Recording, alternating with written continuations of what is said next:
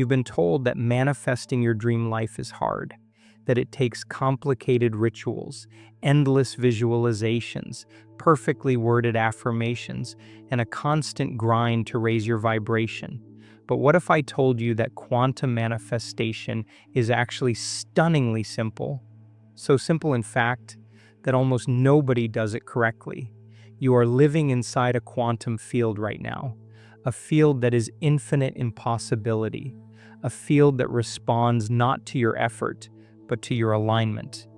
And yet, most people approach manifestation like it's a fight. They try to overpower their current reality with willpower. They repeat affirmations they don't believe, visualize outcomes they secretly doubt, and force themselves to think positive while their body is still locked in fear, scarcity, and stress. And this is where the whole system collapses, because in the quantum world, forcing is friction. Let's strip this down to something beautifully simple. Quantum manifestation is not about getting what you want. It's about collapsing the version of reality where you already have it. It's not about changing the external world first. It's about embodying the internal signal that pulls that world toward you. The quantum field holds every possibility: success and failure, abundance and lack, love and loneliness, health and struggle. All of it already exists as waves of probability. But here's the kicker. The wave doesn't collapse into your lived reality until it meets a coherent observer. That's you, your focus, your attention, your emotion. They are the sculptors of reality. But most people are caught in a loop. They're observing from fear. They're focusing on what's missing. They're vibrating in the frequency of lack while trying to pull in abundance. And in the language of the quantum, this is noise, not signal. You've been taught to chase what you want. But the real art of manifestation is to become the version of you that no longer needs to chase. It's the version of you that remembers, I am already entangled with the life I desire. The field is waiting for my signal. My job is not to push harder, it's to become clearer. So why don't people do this? Because simplicity is disarming. Because letting go feels unnatural. Because surrendering the chase feels like giving up. But here's the paradox no one talks about. The moment you stop needing it so badly, the field can finally deliver it to you. Let me give you an example. Think about a time when something came to you effortlessly. Maybe you ran into the perfect person by accident, got an opportunity you weren't even seeking, or had a breakthrough idea when you weren't trying. What's the common thread? You weren't gripping, you weren't forcing, you were open, aligned, available. That's quantum manifestation at work, whether you realized it or not. You see, the quantum doesn't care about your words. It reads your energy. You can say, I am wealthy 1,000 times. But if your body is still broadcasting fear, if your heart is still clenched in scarcity, if your nervous system is still addicted to struggle, the field will mirror that chaos back to you. Not because it's cruel, but because it's precise. So here's the radical shift. Quantum manifestation begins when you stop focusing on getting and start focusing on being. You become the signal, you embody the vibration, you let your state lead, not your effort. But that raises a critical question. What exactly does the quantum field respond to? Is it just thoughts, emotions, beliefs, actions? And how do you align these layers so they're not sending mixed messages? This is where most manifestation teachings fall apart. They focus on just one piece, usually thoughts or feelings, without addressing the deeper coherence of the system. They tell you to think positive without addressing the trauma stored in your body. They tell you to visualize without clearing the subconscious sabotage that derails you. They tell you to affirm success while your nervous system is still bracing for failure. But the quantum listens to the whole signal, the integrated, embodied signal. And that's why alignment isn't a mental game. It's a full body, full system, full field shift. In the next part of this journey, we're going to break down exactly how the quantum field works, why the observer effect matters, what wave collapse really means, and how your subconscious broadcasts signals even when you're not aware of it. We're going to expose the elegant mechanics behind what seems like magic. And I'm going to show you why manifestation works best when you stop trying so hard. So here's my open question for you, and I invite you to sit with this as we prepare for the next section. Where in your life are you trying so hard that you become the very block you're trying to break through? Ready to go deeper into the quantum with me? Let's dive deeper into the mystery you've been dancing around without even knowing. The quantum field is not responding to your wishes. It's responding to your coherence. At its heart, quantum manifestation is not about thoughts alone, or emotions alone, or even actions alone. It's about how these three align into a coherent signal that the field can read without distortion.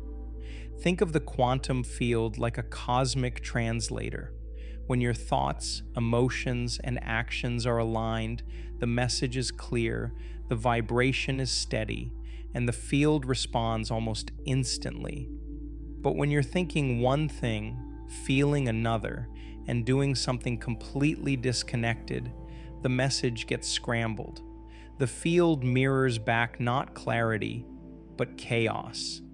This is where the observer effect comes in, a cornerstone of quantum physics. At the quantum level, particles exist in a state of pure possibility, what we call a wave function. But when an observer, you, focuses on a particular possibility, that wave collapses into a fixed event. Reality solidifies. Choices crystallize. The unseen becomes seen. But here's the catch. The observer is not just your conscious mind. The observer is also your subconscious. This means that even if you consciously want abundance, if your subconscious is wired for survival, scarcity, or fear, the field picks up on that hidden broadcast. Your subconscious becomes the true observer, collapsing a timeline you didn't consciously choose. That's why so many people feel stuck. They're aligning their surface mind, but ignoring the deep programs running beneath.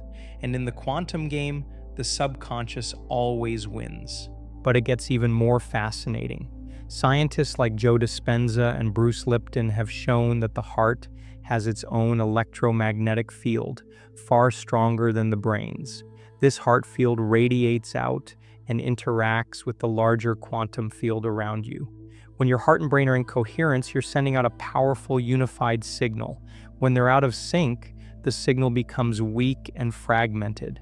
This is why trying to manifest from your mind alone so often fails.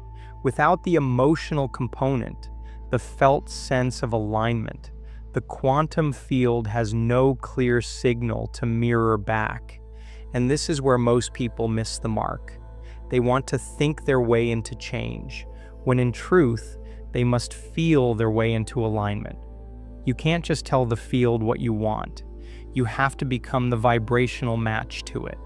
That means tuning your body, your breath, your nervous system, your beliefs, your daily choices into harmony. It's not a one-time ritual, it's a living practice.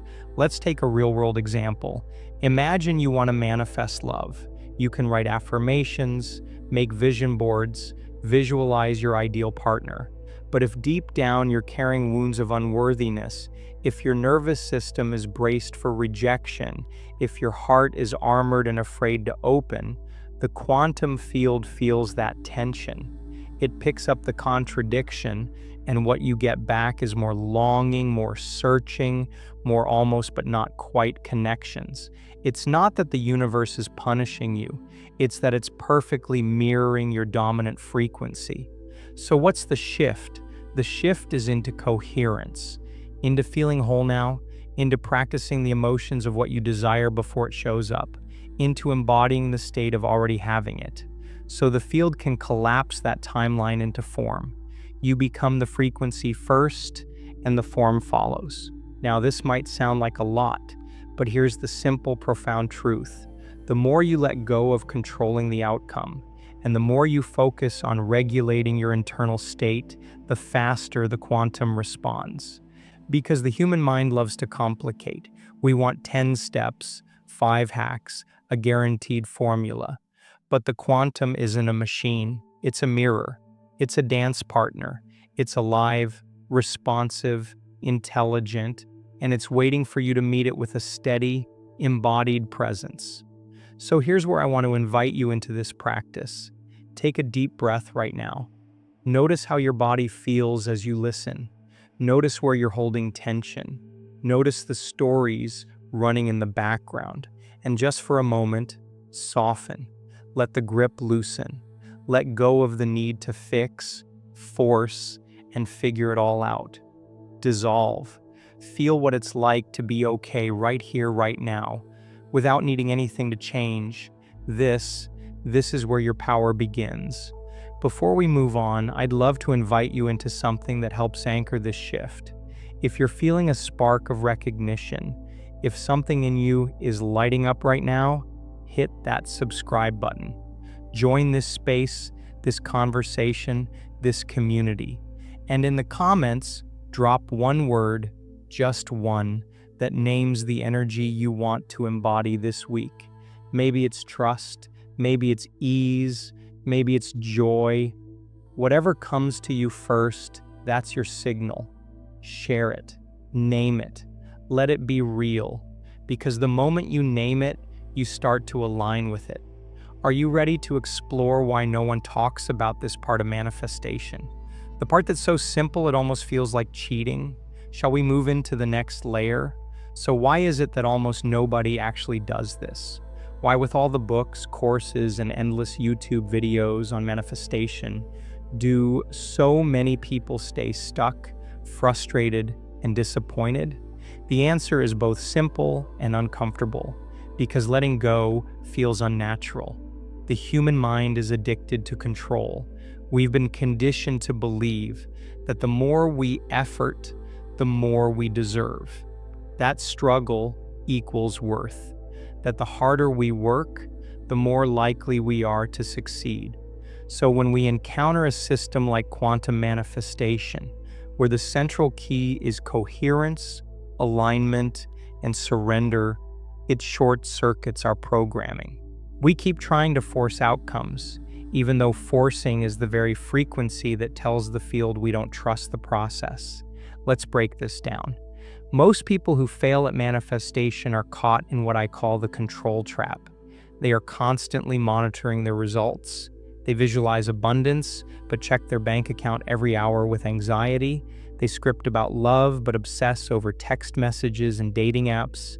They declare health, but scan their body for symptoms every morning. In doing this, they send a signal of mistrust to the field. They are affirming one thing consciously, but broadcasting the opposite subconsciously. Why does this matter so much? Because the quantum field does not speak English or Spanish or Portuguese or any human language. It speaks the language of energy. And energy never lies.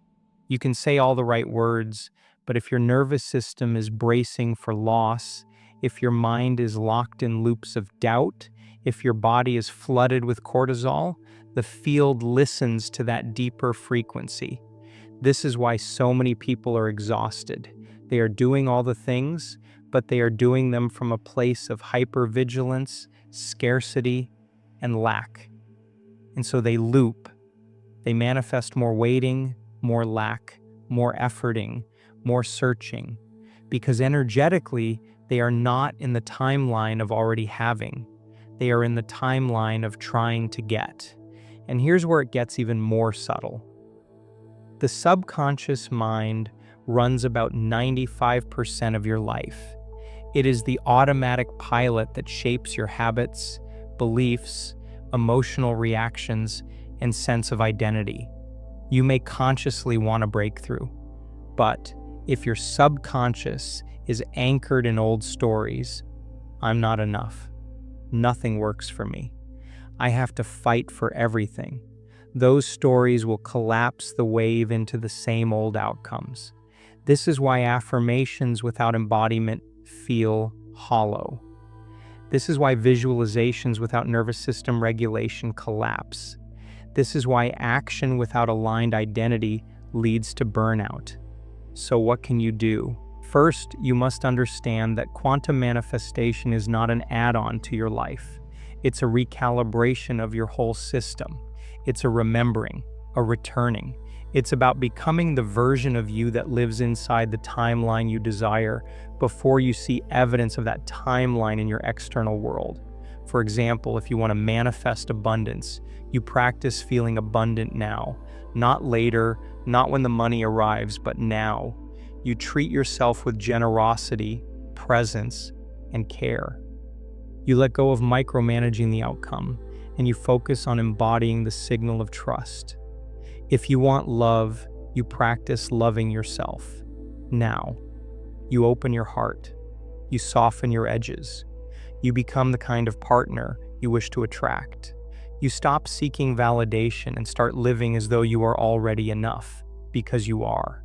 If you want health, you stop scanning your body for what's wrong and you begin nurturing what's right. You shift from survival mode into resilience. You practice gratitude for the body you have while gently guiding it toward greater vitality. And here's the paradox. When you stop needing it so badly, it arrives faster. Not because the universe is testing you or playing games, but because you are no longer the resistance. So let me ask you this. Where in your life are you still holding the steering wheel with white knuckles? Where are you still measuring, tracking, forcing, and chasing? What would happen if you loosened your grip by just 10%? Pause with that for a moment. This is not about passivity. It's about shifting from control to co-creation. And that shift, subtle, powerful, revolutionary, is where quantum manifestation actually begins to work. In the next block, we're going to talk about the simple but rarely practiced techniques that can help you realign your system, regulate your state, and become the clearest signal possible to the quantum field. We'll explore how to dissolve resistance without bypassing your real emotions, how to build trust with your subconscious, and how to step into the timeline you desire as though it's already yours. So here's my question for you to reflect on before we move forward. Where in your life are you gripping so tightly that you've become the very block you're trying to remove? So here we stand, right at the edge of the most powerful truth in quantum manifestation, the part almost no one talks about, the part hidden in plain sight. It's this: you don't manifest what you want, you manifest what you are. This isn't just a pretty idea. It's a fundamental principle that shapes how the quantum field interacts with you. The field doesn't respond to your words, your vision boards, or your Pinterest perfect affirmations. It responds to the signal of your being, the vibrational signature you carry into every room, every thought, every interaction. And that signal is built moment by moment, not in what you're doing, but in how you're being. Let me explain this with a metaphor. Imagine you're a radio. If you want to hear jazz, you don't sit there demanding jazz from the universe while staying tuned to a heavy metal station. You have to change the dial. You have to tune your frequency to match what you want to receive. Quantum manifestation works the same way. You can't pull in the timeline you desire while vibrating in the frequency of the timeline you're trying to leave behind. So how do you change the dial? You start by becoming conscious of your current frequency. Not just what you think, but how you feel. How does your body move through the day? How do you breathe when you're stressed? What stories run on a loop in the background of your mind? Most of us are not manifesting deliberately. We're manifesting on autopilot, recycling the same states, the same reactions, the same energetic broadcasts, and the field, it faithfully mirrors those back to us.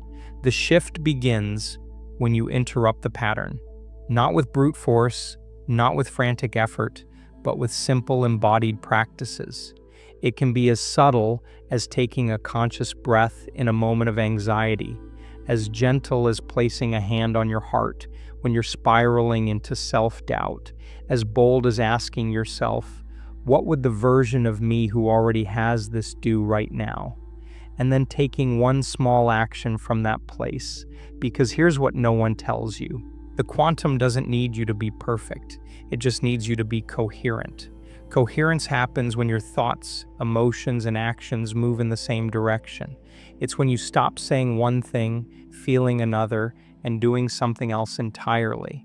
It's when your whole system hums with a single, unified signal. And when you reach that state, even briefly, you create a kind of gravitational pull in the field. Reality begins to bend toward you. But let's get practical. If you want to embody abundance, practice generosity, not just with money, but with attention, with time, with energy. Train your nervous system to feel the sensations of I have enough, even if the numbers in your bank account haven't caught up yet. If you want to embody love, practice vulnerability. Open your heart in small, courageous ways. Be the safe space you're longing to find in someone else. If you want to embody health, practice presence. Listen to your body, feed it, move it, rest it from a place of respect, not punishment. This is the simple path, and yet few walk it because it asks you to go first, to become the frequency before the evidence arrives, to lead with being, not needing. And this brings us to one of the most misunderstood pieces in the whole manifestation conversation: emotional regulation. People assume manifestation is about feeling good all the time. It's not. It's about feeling real all the time and learning to bring your system back into alignment when you wobble. This means welcoming your emotions, not bypassing them. It means holding space for fear without letting it drive the car. It means practicing emotional fluency so you can navigate waves without drowning in them. Here's the truth: you will wobble, you will doubt, you will have days when the old timeline pulls at your heels. That's okay. The power isn't in never falling, it's in how you return. So, here's my invitation to you right now. Take a breath. Notice where you are. Ask yourself, what timeline am I tuned to in this moment? Is it the one of fear or the one of trust? Is it the one of lack or the one of abundance? Is it the one of waiting or the one of arrival? No judgment, just noticing. Because the moment you notice, you create a choice point. And choice is the gateway to coherence. In the next block, we're going to pull this all together. We'll explore how to turn these insights into a living practice, how to navigate setbacks with grace, and how to sustain the frequency that collapses your dream timeline into reality. But before we continue, I want to thank you for walking this journey so far.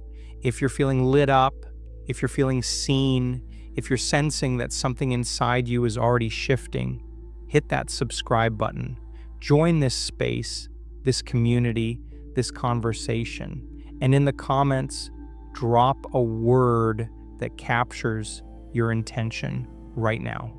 Maybe it's allow, maybe it's expand, maybe it's flow. Whatever it is, that word becomes your signal to the field. Here we are, the final piece of the puzzle, and I want you to really hear this. Manifestation is not a performance. It's a practice.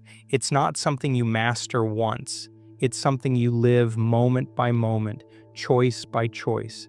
So many people get stuck in the mindset that manifestation is about doing more, hacking the system, perfecting the formula. But in truth, the most powerful manifestors aren't the ones who know the most techniques. They're the ones who have learned how to hold a coherent state, to regulate themselves back into alignment when life inevitably shakes them. Because here's the reality: you will face moments that test you.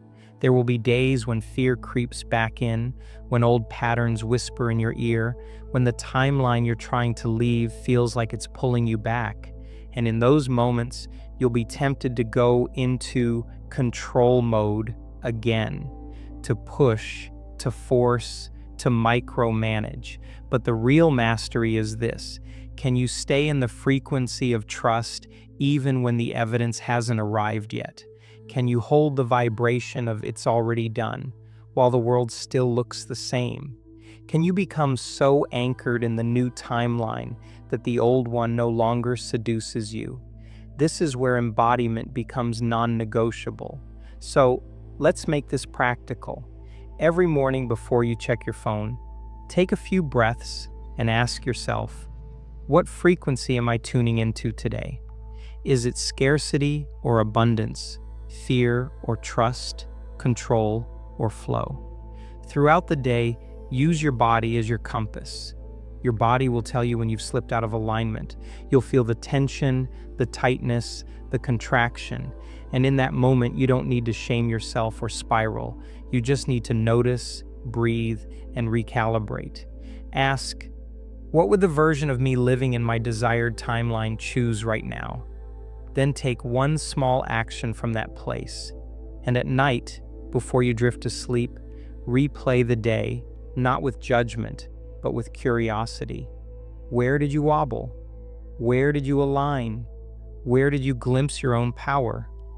Gratitude amplifies coherence. Acknowledge even the smallest wins. Now here's something most people miss. Community matters. We are social, energetic beings. We co-regulate with the people around us. When you surround yourself with others who are practicing coherence, who are playing in the quantum field, who are committed to embodiment, your system entrains to that vibration. This is why it's so important to curate your environment, not just physically, but energetically. Find the voices, the spaces, the communities that remind you of who you are becoming. Fill your field with reminders of your chosen timeline. Let your external world become an ally to your internal practice. And remember this, there's no finish line. The point isn't to arrive and then stop. The point is to live inside a continuous unfolding where you become the living edge of your own evolution, where you don't just manifest things, but you become someone who lives as a creator, a co-creator, a conscious participant in shaping reality. Because here's the most beautiful part: the quantum field is not separate from you. It's not something you manipulate from a distance. It's something you're entangled with. You are the field. You are the wave. You are the observer and the observed. So when you tune your frequency, you're not just asking life to meet you. You're becoming the version of life you've been seeking. I want to leave you with this invitation. In the comments, drop one word that captures the energy you're choosing to carry forward after this video.